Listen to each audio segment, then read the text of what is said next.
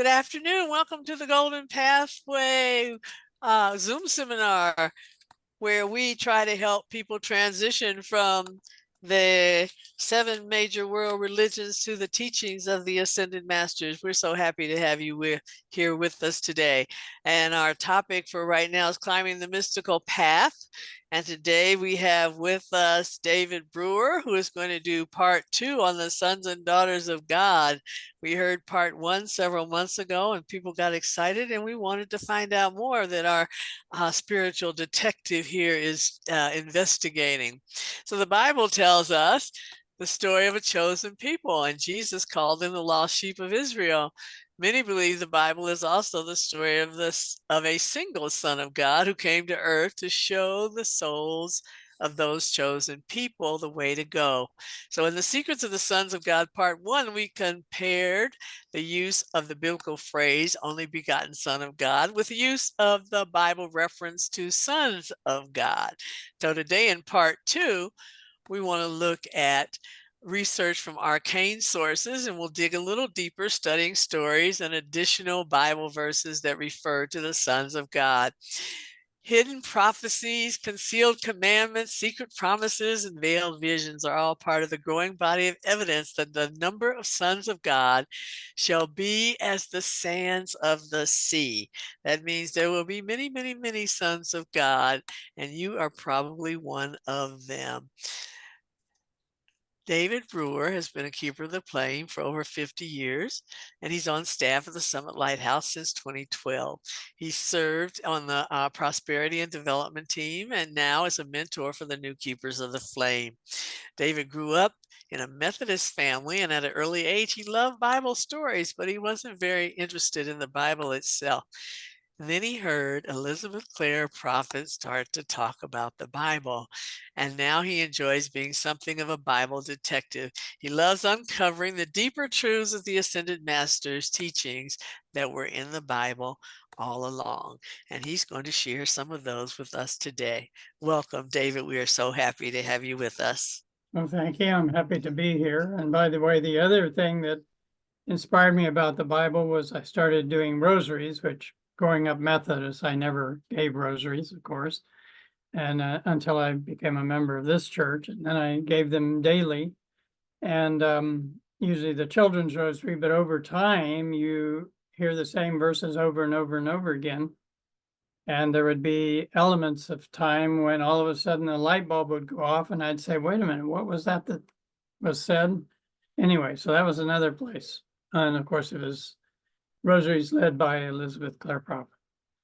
So I will share my screen at this point. You'll hang on here for a second. Those are still checked. So you should be seeing the opening screen. This is the secret teachings on the sons of God. I also kind of call it divine sonship for the millions, because from my perspective, that's exactly what it is. And this is part 2, and we will review some things in part 1. As soon as I figure out if the slides are going to change here. Anybody have a suggestion for that? I click your arrow. You can use your arrow. If that doesn't work, click it on one of the slides and then go back and use the arrow again. Okay, there we go. So I was in a non-existent town in a fictitious library in a small area of Northwest Montana.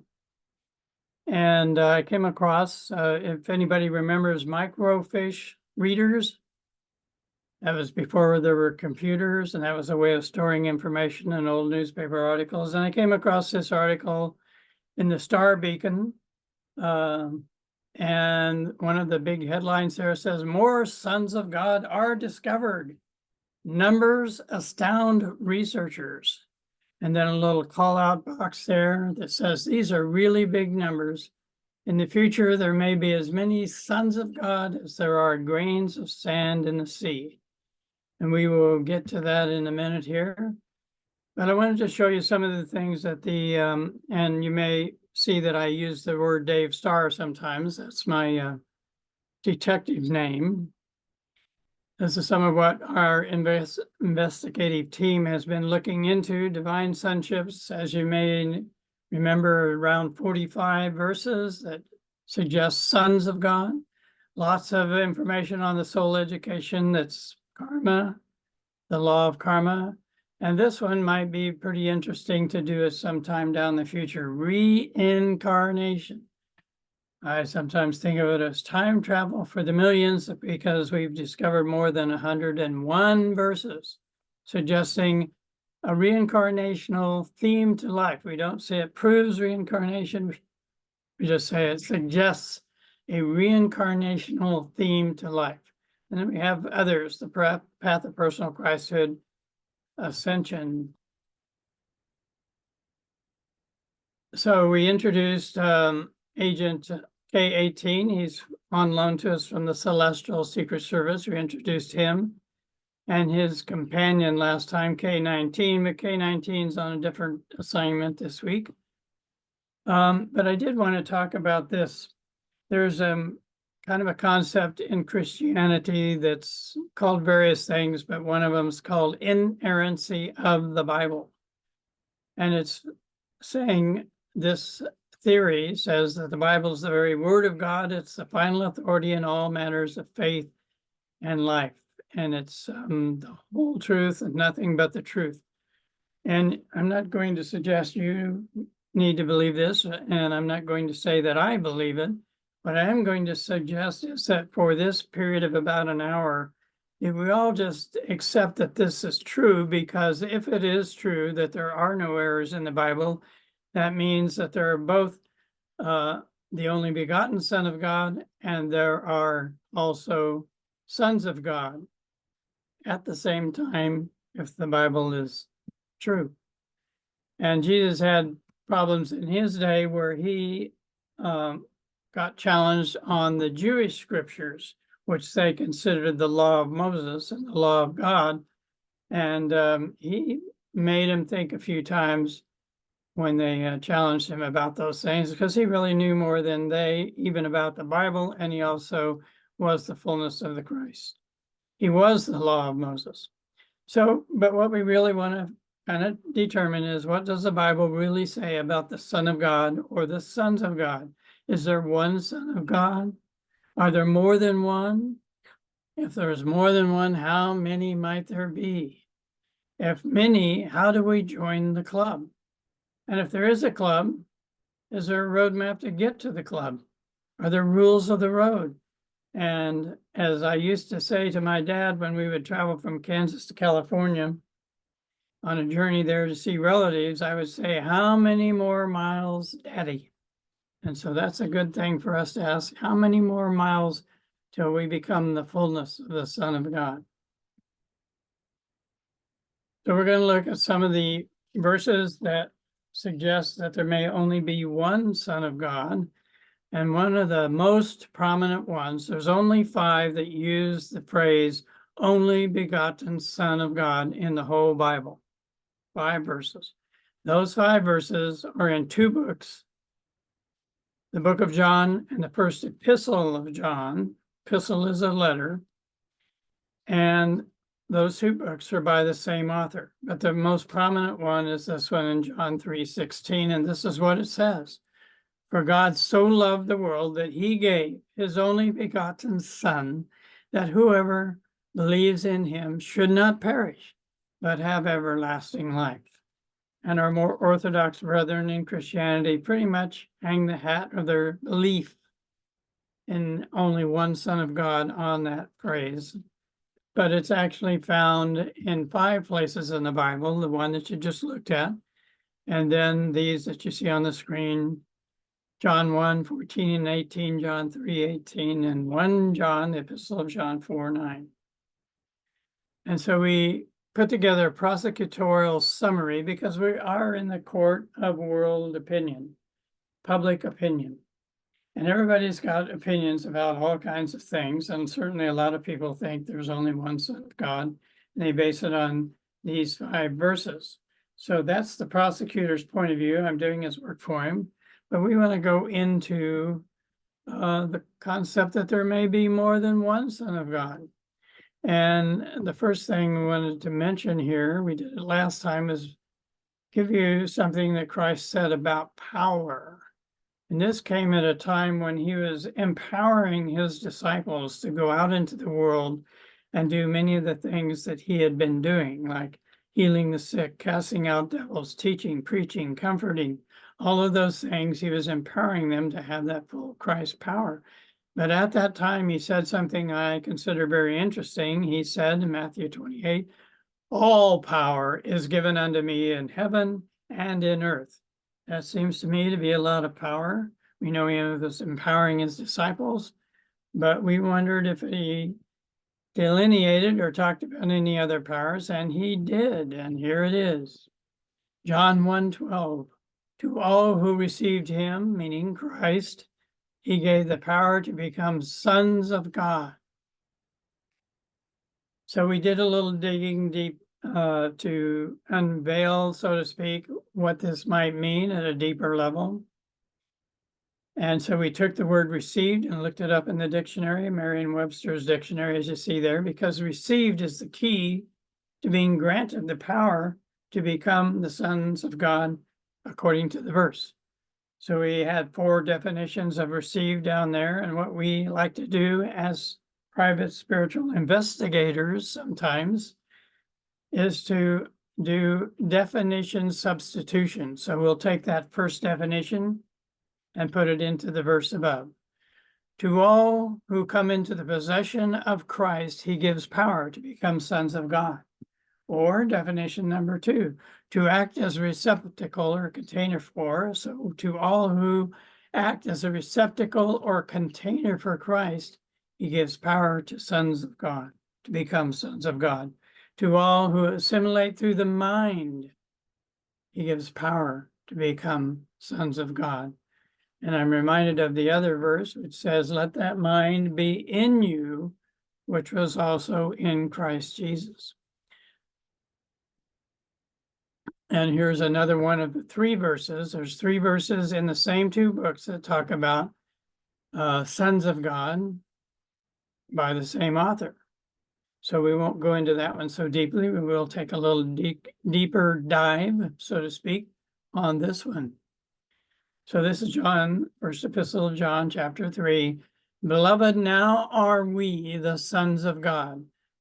And let's just stop right there for a minute. If you notice here where it says the Bible book and verse and chapter and verse, right beside it says C 90 to 110 AD. That's when it's believed that John wrote this letter to a Christian community, and perhaps to all the Christian communities. This is 100 years after Jesus had left the scene.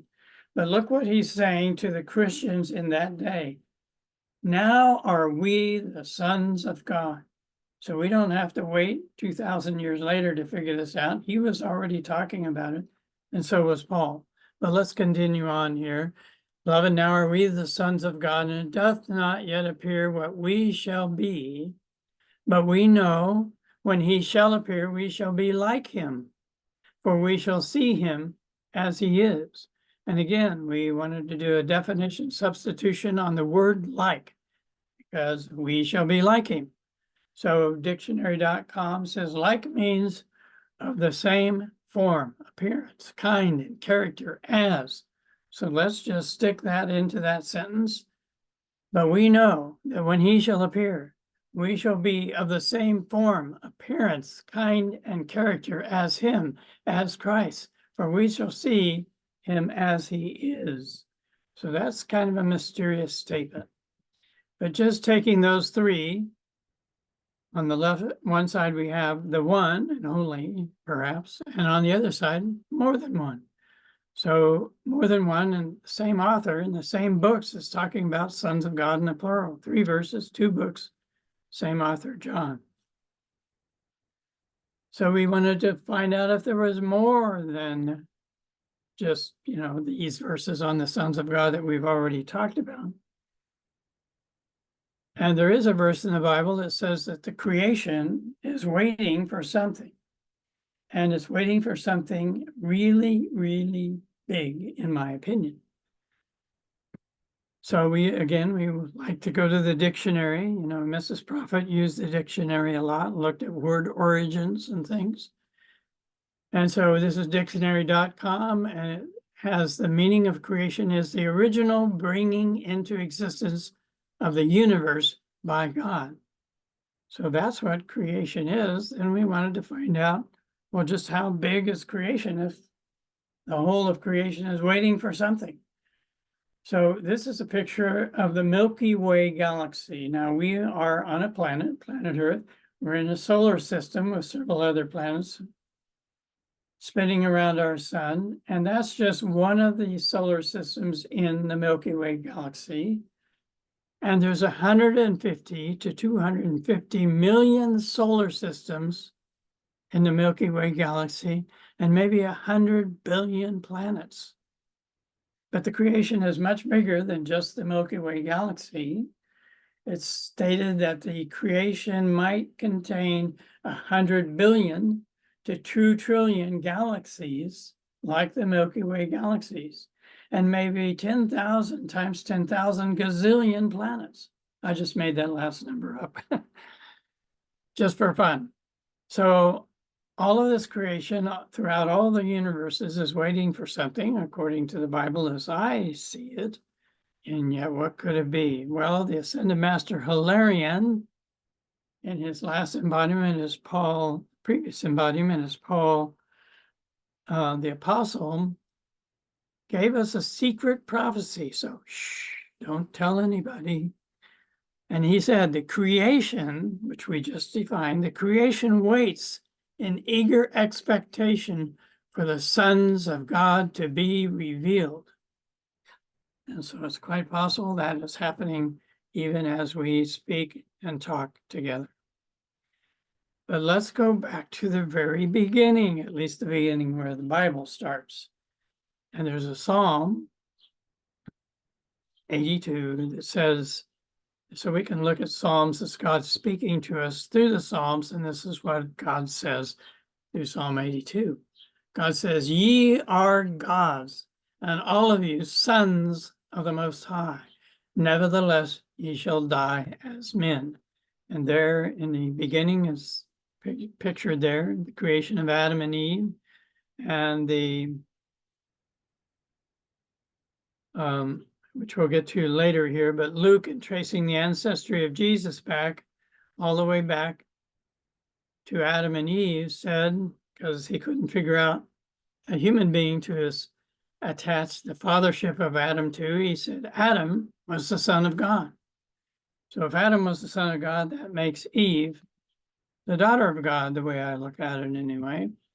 But then we also found one where there was a huge secret prophecy telling us how many sons of God there might eventually be. And this is Hosea 1:10 in Jewish scriptures in the Christian Old Testament.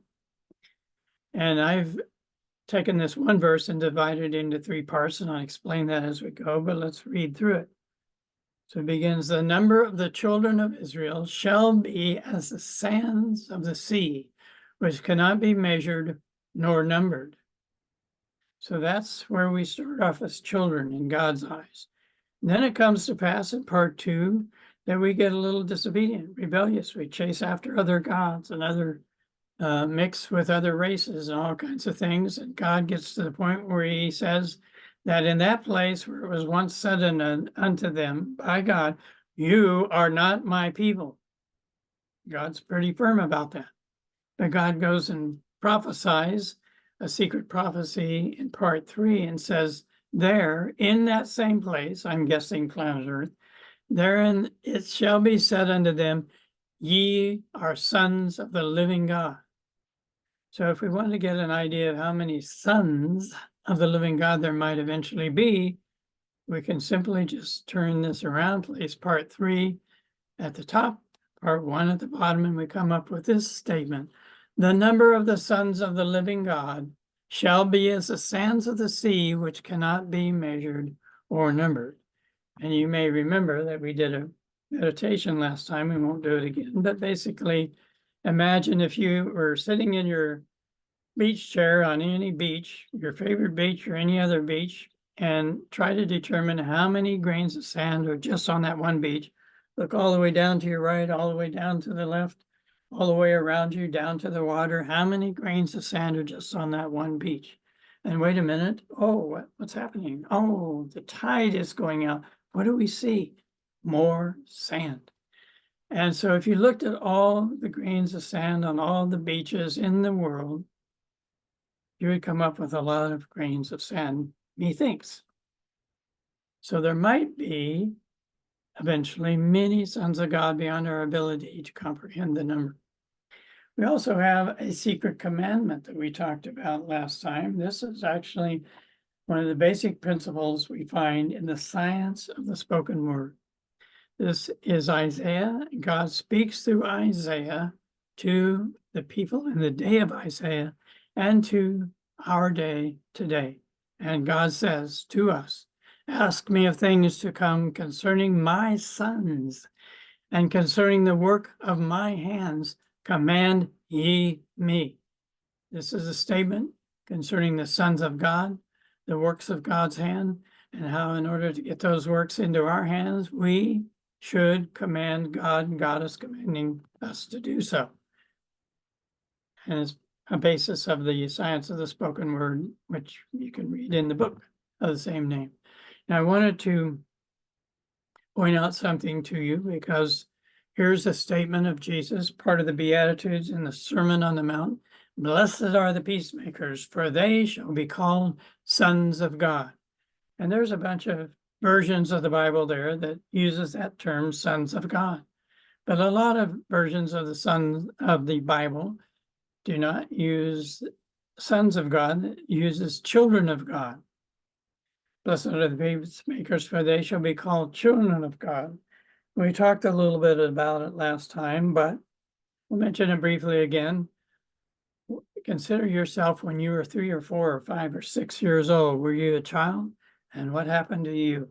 What happened to me? We all grew up, and we were expected to grow up into adults. And so children of God are expected, I believe, by God to grow up into sons and daughters of God. Now, we don't have to take my word for it, but imagine that we are walking along a road and we come to kind of a hill. We see a group of people gathered up at the top of the hill. We hear a man speaking. We're not sure what he says, so we draw closer. Let's listen. Blessed are the poor in spirit, for theirs is the kingdom of heaven. Blessed are those who mourn, for they shall be comforted. Blessed are the meek, for they shall inherit the earth.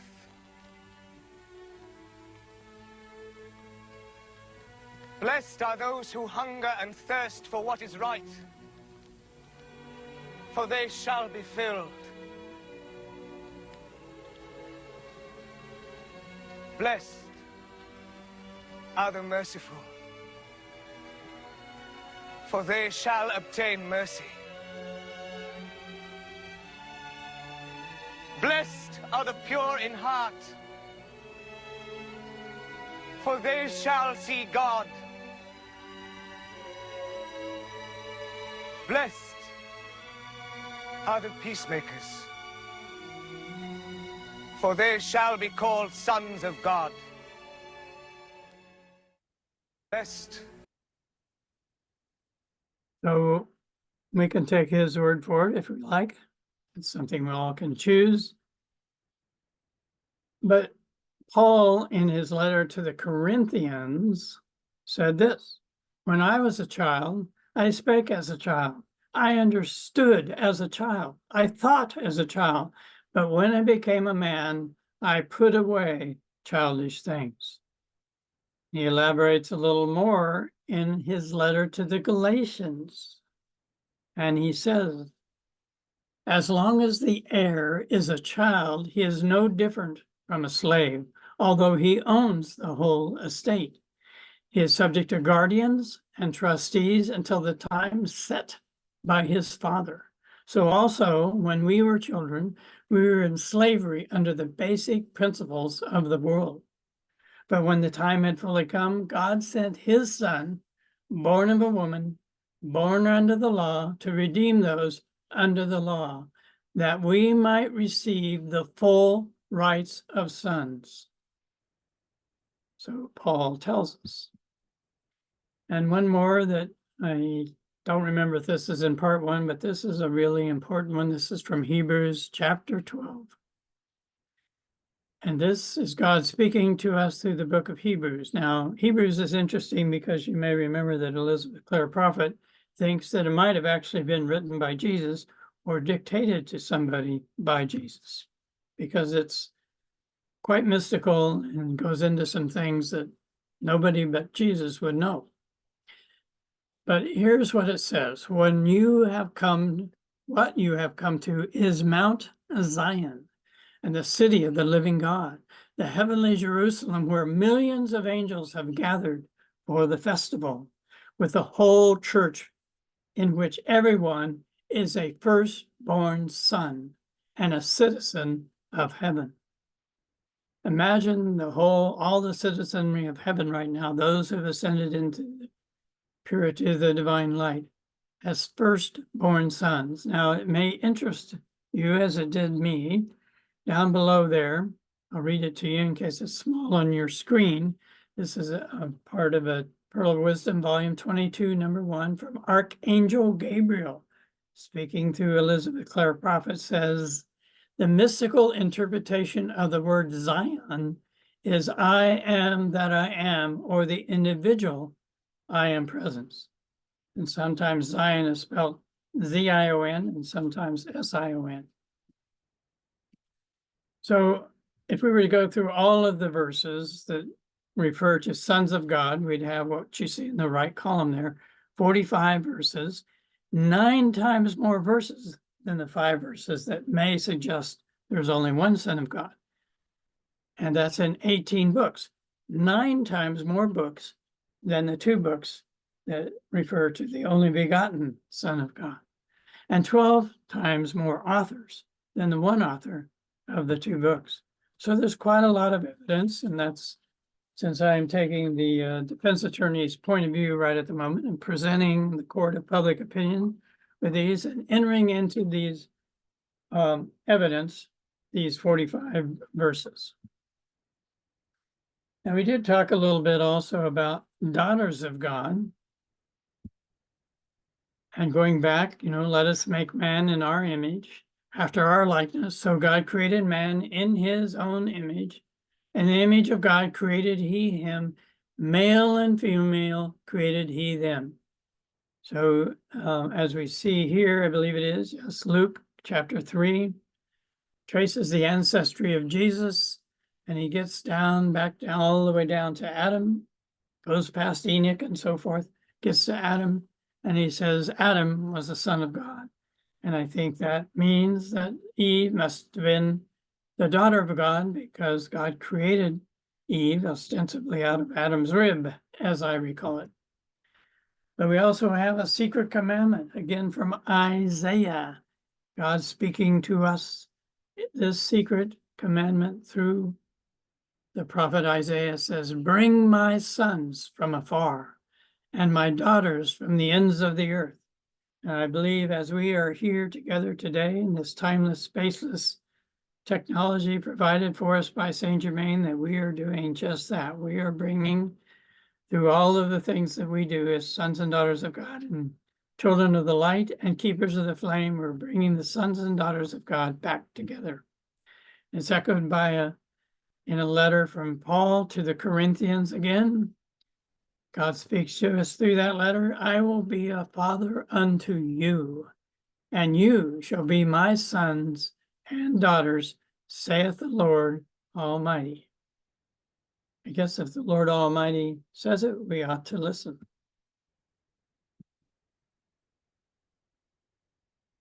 Now, what we didn't go into last time was sons of God, S-U-N-S, sons of God. So let's just start off with Jesus. And this is a secret prophecy. You don't hear our lovely Orthodox brethren and sisters talking about these kinds of things very much. This is what Jesus says. The righteous will shine forth as the sun in the kingdom of their Father. He who has ears to hear, let him hear. Every once in a while in the Bible, you hear this statement, he who has ears to hear, let him hear. And I think anytime you hear this, you just heard a secret teaching. That's one of the clues. So that's kind of a fun thing to remember. And John, again, in his book, Revelation 1, and he shares his secret vision. I saw one like a son of man. His eyes were like a burning flame, and his face was like the sun shining with all its force. Now, the book of Enoch, Enoch 1, is not in very many Bibles, but it is in a few. And this is a secret prophecy directly speaking to us through the Enoch 1, chapter 104. And this is what God says to us. Formerly, you have been disgraced with evil and with affliction. Remember part 2 of the Hosea prophecy? When God says, you are not my people. You people are just too rebellious. Get out of my sight. You're not my people. So that's kind of what is saying here. Formerly, you have been disgraced with evil and with affliction, but now you shall shine like the luminaries of heaven. What are luminaries? Luminaries are stars. What are stars? Stars. Luminaries are stars seen at a distance, suns seen at a distance. You'll shine like the sons of heaven, the luminaries, the stars of heaven. And again, in the same book, this is a secret vision where Enoch actually is describing his own translation or ascension. And he says to us, and it came to pass after this, that my spirit was translated, and it ascended into the heavens, and I saw the holy sons of God. They were stepping on flames of fire. Their garments were white, and their faces shone like the snow. He was seeing the sons of God, the spirit of just men made perfect by love, the great white brotherhood of light. Sons of God. God speaks to us again through Malachi, another prophet in the Old Testament times in Jewish scripture. God speaks to us a secret prophecy saying, unto you that fear my name shall the Son of Righteousness arise with healing in his wings. The Son of Righteousness is the Son of right useness, where those who fear the name of God shall have the Son of right useness, righteousness, arise with healing in their wings in their entire consciousness, being, and world. And of course, we have this secret vision. When Jesus was transfigured before 3 disciples, Peter, James, and John, we talked about it in part 1. Jesus was transfigured before them. His face shone like the sun. His clothes became white as light. And actually, Elizabeth Clare Prophet says that what the disciples saw was the holy Christ self of Jesus fully manifest in glory, and standing in glory with him were 2 other ascended masters, Moses and Elijah, speaking with him. And it says they were in glory with him. Also, Moses coming down from the mount with the tablet of the 10 Commandments. He didn't even realize it, but as he came down, his face was ablaze with the light. His face was so bright they had to eventually start putting a veil over his face because the Israelites who wanted to hear what he had to say, but they couldn't stand to look at him. His face was too bright. We also have a similar secret promise speaking to us through the book of Daniel. They that be wise shall shine as the brightness of the firmament. What is the firmament? That's the heavens, that's the stars, that's the celestial bodies up there. Will shine as the brightness of the firmament, and they that turn many to righteousness shall shine as the stars forever and ever. And that's a promise, but it's kind of a secret promise. God's kind of telling us that if we turn many to righteousness, right useness of law, light, and love, then we shall shine as the stars forever and ever. And of course, I believe the teachings of the Ascended Masters, that's exactly what we are trying to do, turn many to righteousness.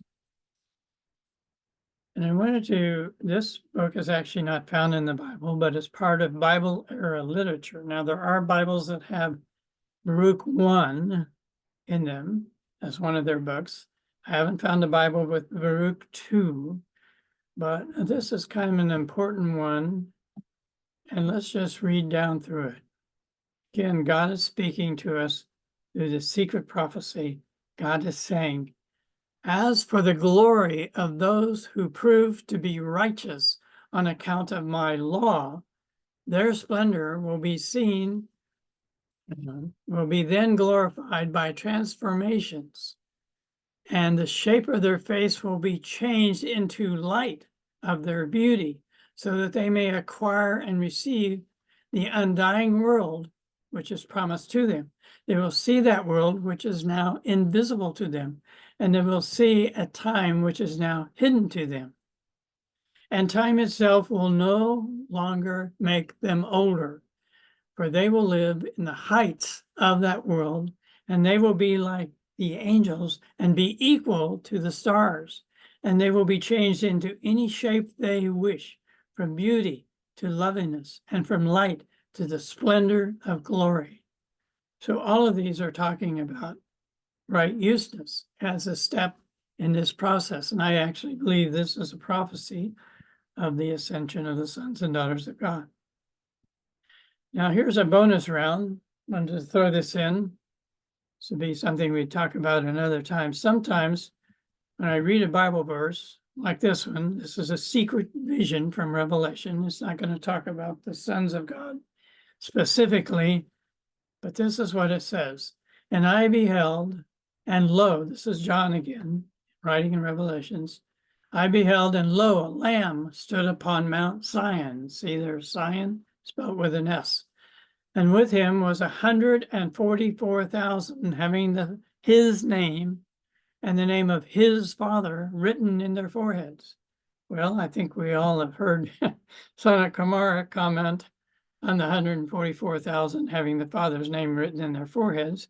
But what we, the private spiritual investigators, wanted to do was see if we could develop a graphic that might kind of give us a little better insight or deeper insight into this. And here's what we came up with.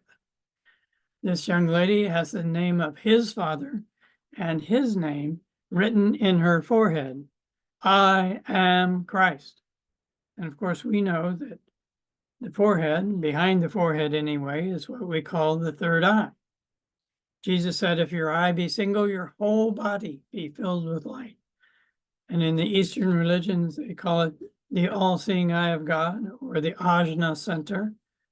I am Christ in the forehead. And so there is another verse, which is a secret promise. And here's another phrase that when you read this phrase, he that overcometh, when you read a phrase that starts like that, you're on the verge of hearing a secret teaching. According to the private spiritual investigators, we've determined there's a few keys to discovering deeper teachings. And this is one. He that overcometh, I will make him a pillar in the temple of my God, and he shall go no more out. And I will write upon him the name of my God and the name of the city of my God, the New Jerusalem. So again, we wanted to see if that might be represented somewhat graphically using the same young lady. My name, I am, and the name of the city of my God, which it tells you right there in that particular verse from Revelation what the name of that city is, and it's New Jerusalem. I am New Jerusalem. And so there's also many more references to the sons of God. We won't go into all of these, but what we will say is that a son by any other name would still be a son of God. Several of these are statements made by Jesus. And here's some of the phraseology used: sons of your father, sons of the bride chamber, sons of the kingdom, sons of the Most High, sons of light, used twice, once in Luke, once in the book of John. Sons of God, sons of the resurrection. Both of those are used in practically the same sentence in Luke 20. And sons of the living God and sons of God, which we've talked about, and firstborn sons, which we have referred to also. We won't look at very many of these, but I do want to show you one or two. Sons of light. While you have the light, this is a John writing again, chapter 12. While you have the light, believe in the light in order that you may become sons of light. These things Jesus spoke, and he departed and hid himself from them. Sons of light. Well, what is light? God is light, according to John in his first letter, or his first epistle. God is light, and in him is no darkness at all. So if we are sons of light, we are sons of God because God is light. And this one, when you bring this one up, you are all sons of God through faith in Christ Jesus. Because I wanted to point out at least one place for Paul in his letter to the Christian community, his letter to the Galatians, he's saying, you are all sons of God. So that was written maybe 50, 55 years ago, is their best estimate of when that letter was written to the Galatians. And so 2000 plus years ago, Paul was looking at the Christian communities and those who were the believers in them as sons of God at that time. Why are we just getting back to this 2000 years later? Well, because it's time, right?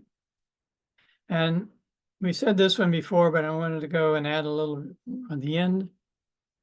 So this is where we have come to Mount Zion, the I am that I am, the I am presence, and the city of the living God, the heavenly Jerusalem. Millions of angels have gathered with the whole church, in which everyone in the whole church is a firstborn son, and thereby a citizen of heaven. You have come to God himself, the supreme judge, and been placed with the spirits of the saints who have been made perfect. So heaven is filled with saints and sons and daughters who have been made perfect in the ascension in the light. We also want to tell a few stories here that are more story-like than actual just verses saying sons of God, but there are stories in which we can perceive that it's talking about us as well as the Son of God, Jesus. The first one is an interesting story. When I first read this, I was amazed when I read it in a mood to understand it a little more deeply. So two of the disciples, James and John, they were the sons of Zebedee, came to Jesus saying, "Teacher, we want you to do for us whatever we ask." And Jesus said to them, "What do you want me to do for you?" They said to him, "Grant us that we may sit one on your right hand and the other on your left in your glory." Kind of a big ask. But Jesus said to them, "You do not know what you ask. Can you drink the cup that I drink? Can you be baptized with the baptism that I am baptized with?" And they said to him, "We are able." So Jesus said to them, "You will indeed drink the cup that I drink, and with the baptism I am baptized with, you will be baptized." So the private spiritual investigators sat around a round table with King Arthur and some of the others. And we started discussing this, and we said, well, how can we find out what this baptism of Jesus is? And we said, well, he was baptized. It's written right there in the Bible. Let's take a look at it. And here's what we found. And it's actually described in 3 different gospels, but we'll use Mark. Baptism of the Son of God. And it came to pass in those days that Jesus came from Nazareth of Galilee and was baptized of John. This is John the Baptist, baptized of John in the river Jordan. And straightway coming up out of the water, he saw the heavens opened and the Spirit like a dove descending upon him. And there came a voice from heaven saying, Thou art my beloved Son, in whom I am well pleased. So that is a very succinct picture of the baptism of the Son of God, Jesus. And Jesus is saying to James and John, the disciples, that you can have the baptism that I am baptized with. So as we, as modern day disciples, I'm asking, be baptized, with the baptism that Jesus was baptized with, where the heavens open up, the Holy Spirit descends as a dove, and the voice of God, whether we hear it or not, says, Thou art my beloved Son, in whom I am well pleased. Now, I like to call this next little story, The Last Laugh.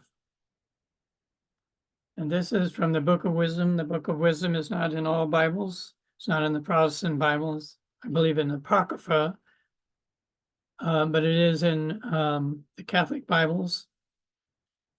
And this is from the Book of Wisdom, chapter 5. So God is speaking to us through this verse.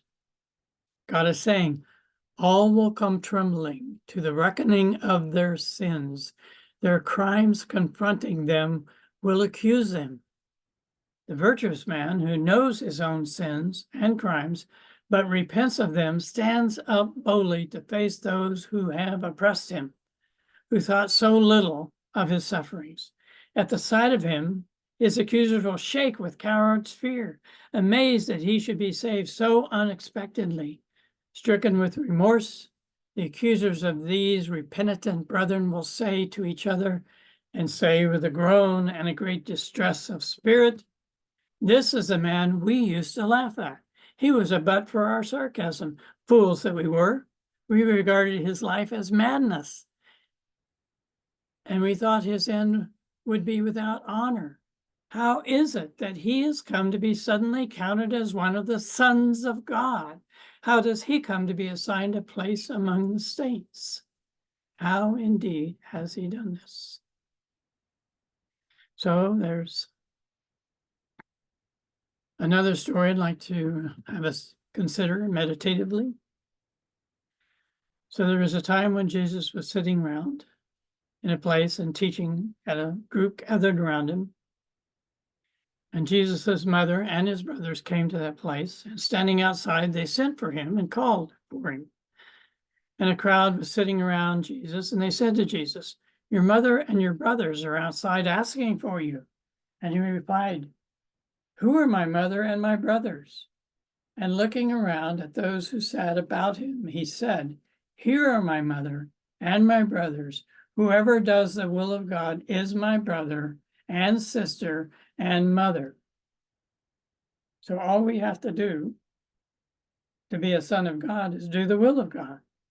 Because if we do the will of God, Jesus says right here that we will be his brother and sister and mother. So for his brother and sister, and he's the Son of God, what does that make us? We're brothers and sisters, right? Makes us sons of God. Methinks. So I wanted to go back through this verse again. To all who received him, meaning Christ, he gave the power to become sons of God. And yet look at what John 1:14, that's John 1:12. 2 verses later, John 1:14 says this, and the Word was made flesh and dwelt among us. We talked about this before. The word translated into among can also be translated into the word in, I-N. The Word was made flesh and dwelt in us, perhaps. And we beheld his glory, the glory as of the only begotten of the Father, full of grace and truth. So just 2 verses apart, you see sons of God in the first one, only begotten Son of the Father in the second one. So it seems to me that if we consider the inerrancy, the whole truth and nothing but the truth of the Bible, we have to believe both of those things. Maybe there's one Son of God, but many sons who are empowered to become sons of God by that one Son of God, breaking the bread of his consciousness and giving us each the piece and spreading it out so we become the whole loaf, and then the whole loaf is broken again by us in our Christ state, and we begin to give pieces to other people. I think the feeding of the 5,000 and the 4,000, two different events described in the Bible, where Jesus took a few loaves of bread and a couple of fish and fed 5,000 people one time, 4,000 another time, sent out his disciples after everybody had eaten their fill. And what did he wanted to bring back what was left? They brought back 12 baskets full in one of those instances. So there was more left over than he started with. And I think that's true of the Christ consciousness, but that's me. So we've seen this before. There's references 45, 18 books, 12 authors versus the other side of the table. But I thought we might end here, bring it to an end shortly. But I wanted to tell you a quick story about something I just saw before we go into this. We're going to listen here in a minute to Elizabeth Clare Prophet reading and commenting on the book of John, chapter 1, verses 1 through 14. It's very beautiful, very enlightening. But I wanted to tell you a story I just heard a couple of days ago. And it was a man telling about his experience as a missionary in the Mormon church. And they would send their young men out, 18 years old or so, around that age, to act as missionaries. And so this man said when he was a missionary for the Mormon church, and I believe he was in Argentina, and he did happen to say that there weren't two of them that time, there happened to be three, and they'd gone out all day doing what all of their appointments fell through. It just wasn't working out that day. And so at the end of the day, they were tired. Nothing had been really coming together as they had planned it. So they decided to go back to their apartment they were staying in. On their way back, they see a man who's trying to cross the road. And they look at him, and this man is just totally in rags, long, ragged hair, his head down, shuffling just an inch or two at a time with his feet. And he's trying to step either on or off a curb. And they pass him by. But as they get down the road a little ways, they start talking amongst themselves, and they say, well, wait a minute, should we go back and help him? He was just hardly able to walk at all. And they decided that they would. So they went back and they said, we want to help you. And they started helping him walk, but he was mumbling, his head was down, his hair was long, he was totally dirty. They just said he looked like a bum, totally like a bum. And it wasn't making any sense with what he was saying. Dirty, tattered clothes. And so they saw a little kiosk grocery store stuck in the side of a building there, and it was about 30 yards away. That's about 1/3 of a American football field. And so they decided, well, we'll walk him over there and see if we can figure out where he lives. And he said that it took them 30 minutes to walk that 30 yards because the man was shuffling so slowly. But after 30 or more minutes, they got him over there, and they asked the man who was behind the counter, said, do you know this guy? And he says, yeah, he lives right over there. And they pointed over to a building. And he said, and the guy asked the man in the store, well, what does he normally get here? He said he buys milk and candles. So the guy said, well, give us milk and candles and we'll take him over to his house. And so they got the milk and candles and they shuffled over to the house. Took them a while to get over there. And they went in and found the place where he lived. And he was living in a closet.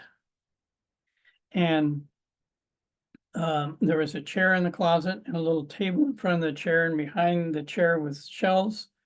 with his stuff in it, and on the table was old candles. But while they were still in the store, got ahead of myself there. While they're still in the store, and they said, "Well, give us milk and candles for him." When the man set him on the counter, this bum-like man looked up, and the man who was telling the story said, "And we were looking at the face of Christ. He was clean, his skin was smooth, his eyes were bright. He looked directly at me, directly in my eyes, and right when he made eye contact with me, he dropped his head." And all three of them saw it. And they're looking at each other, not saying anything. This is before they left the store. And then they walked him over to his house. They got him in to his closet of a room, and then left. And then a couple of days later, they were talking amongst themselves again. They went home and they talked about this and what they all saw, and they all agreed that they had looked into the face of Christ. So a couple of days later, they decided that they're going to go back and check on him because they wanted to make sure he's doing okay. They went back and couldn't find him, and they asked somebody about him, and they were told that he had died the last day or so.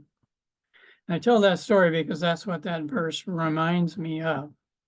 But I thought it would be good if we listen to what Elizabeth Clare Prophet says about the first 14 verses of the book of John.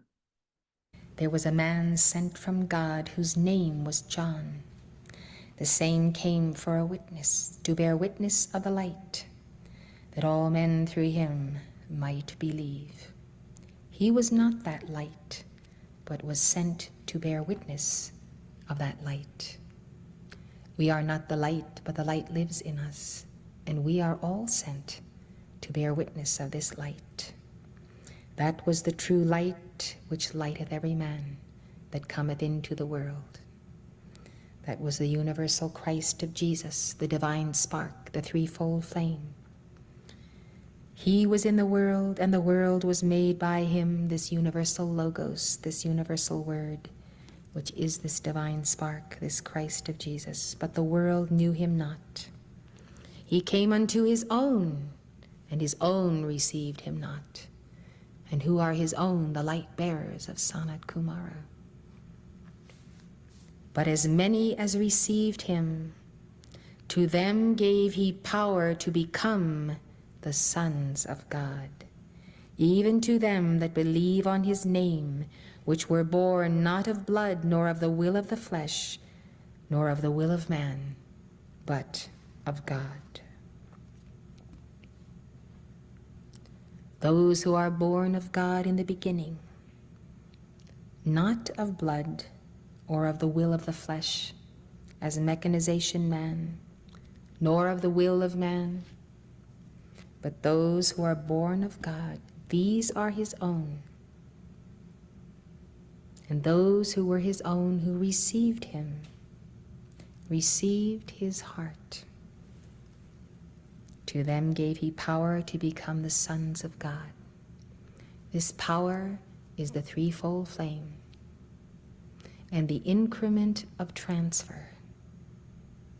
The increment of the transfer that can be received by each one of us as we come into perfect alignment, total alignment with this thread of contact all the way back to Sanat Kumara, which begins with our Holy Christ Self. It begins with El Moria because some are separated from direct contact with the Holy Christ Self by the dweller and by the electronic belt.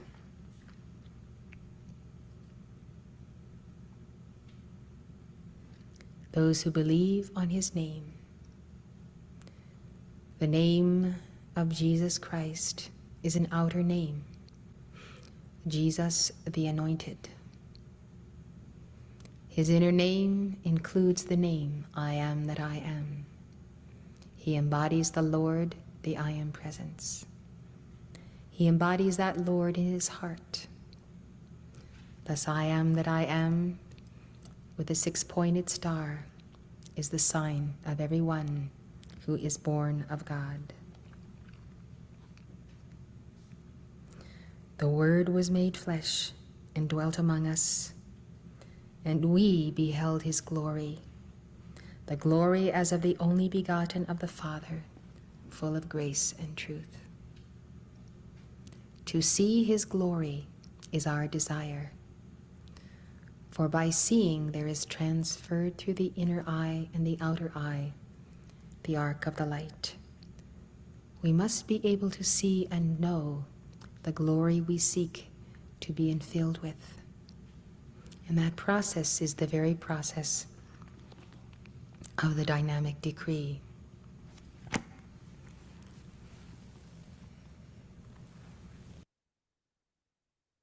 So since you mentioned the dynamic decree, I suggest we close our time together here, at least as far as my part in it, and this presentation, by giving the Transfiguration decree 3 times, because I think this says it all.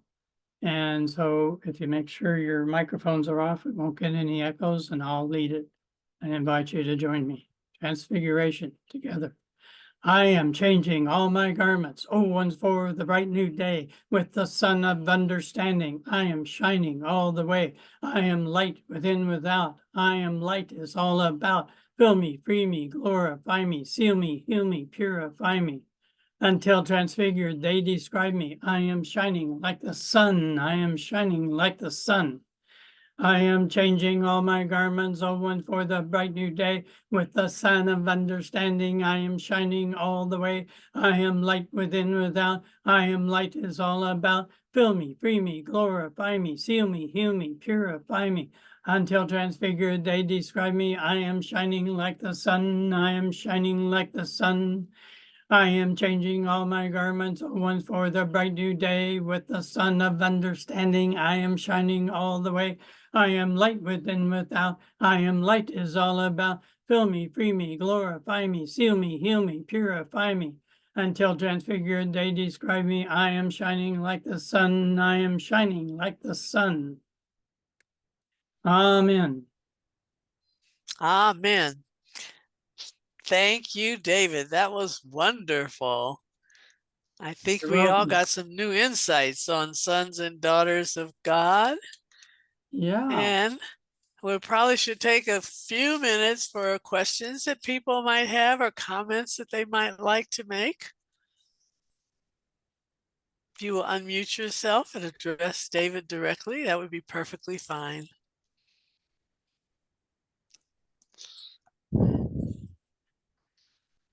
Therese? Hi, David. Deidre.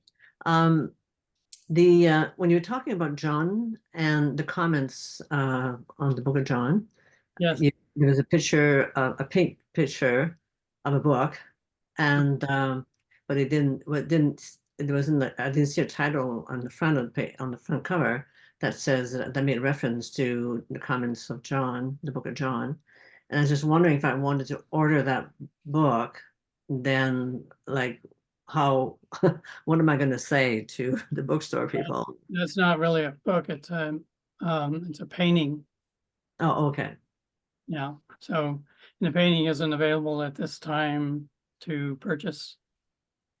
Something I composed to assist in illustrating some of these. One of the things I've been trying to do is to figure out a way. There may be a time in the near or longer future where I might make a presentation like this to a larger number of people. And I've been trying to figure out ways to make it more interesting, dress it up, make it more beautiful. And art is one of those ways.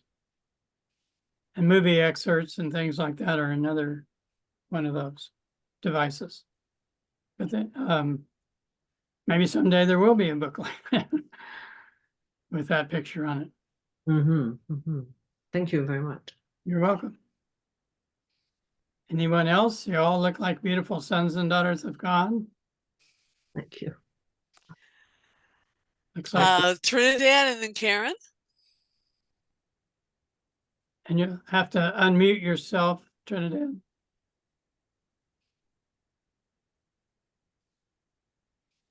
You're still muted, Trinidad. Oh, Trinidad.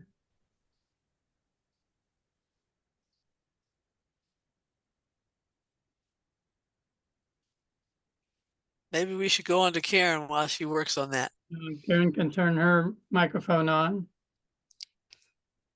Yes, I just wanted to connect back to the initiation of the Transfiguration, because in Corona Class Lessons, it says that we should aspire to the initiation of the Transfiguration. So all of these various steps of personal Christhood are initiations that we can aspire towards and we can call for.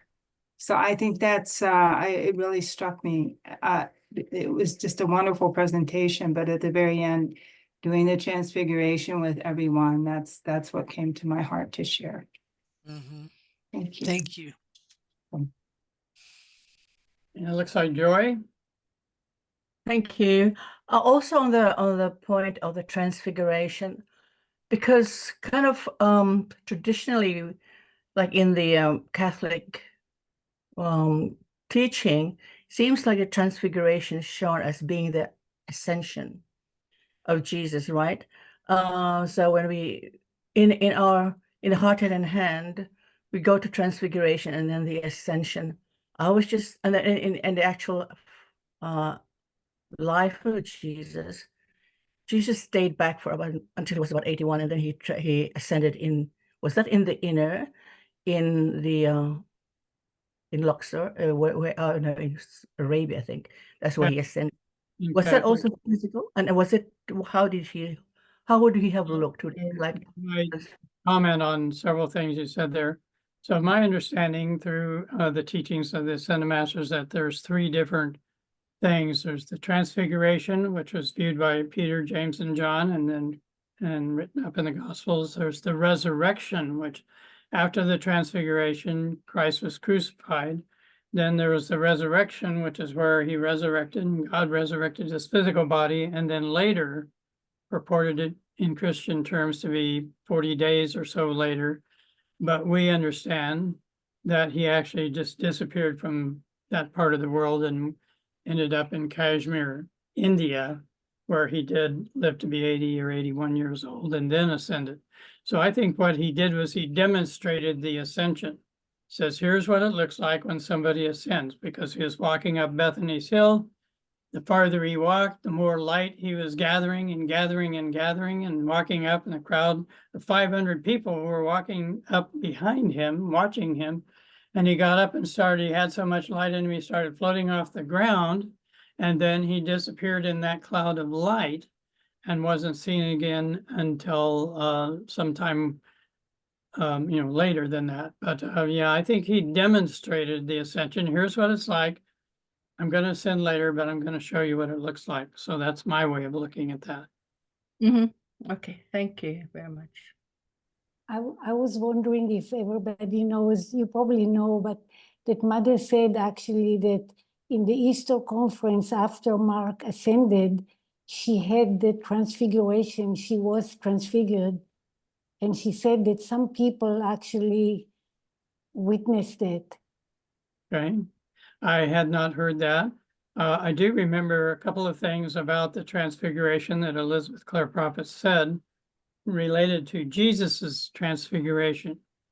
And so the first one was that at the point when he was transfigured, his threefold flame, which of course in average humanity out here is 1/16 of an inch high, when he was transfigured, his threefold flame was larger than his physical body.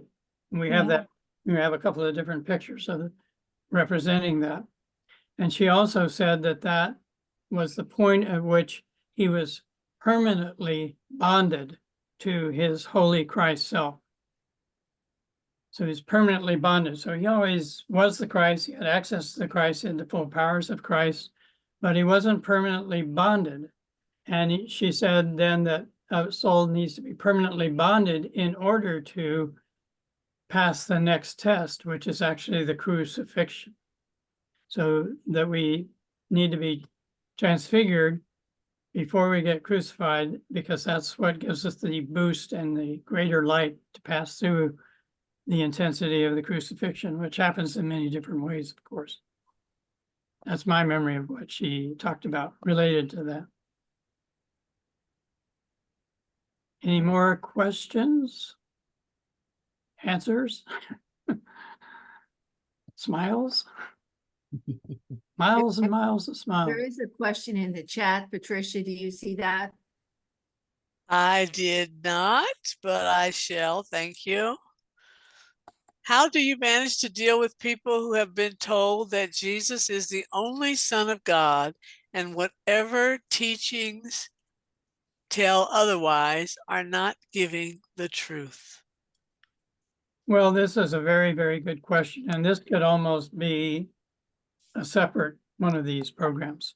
But I will say this, if you try to, somebody that strongly believes that Jesus is the only Son of God, and I suggest not trying to convince them that that's not true.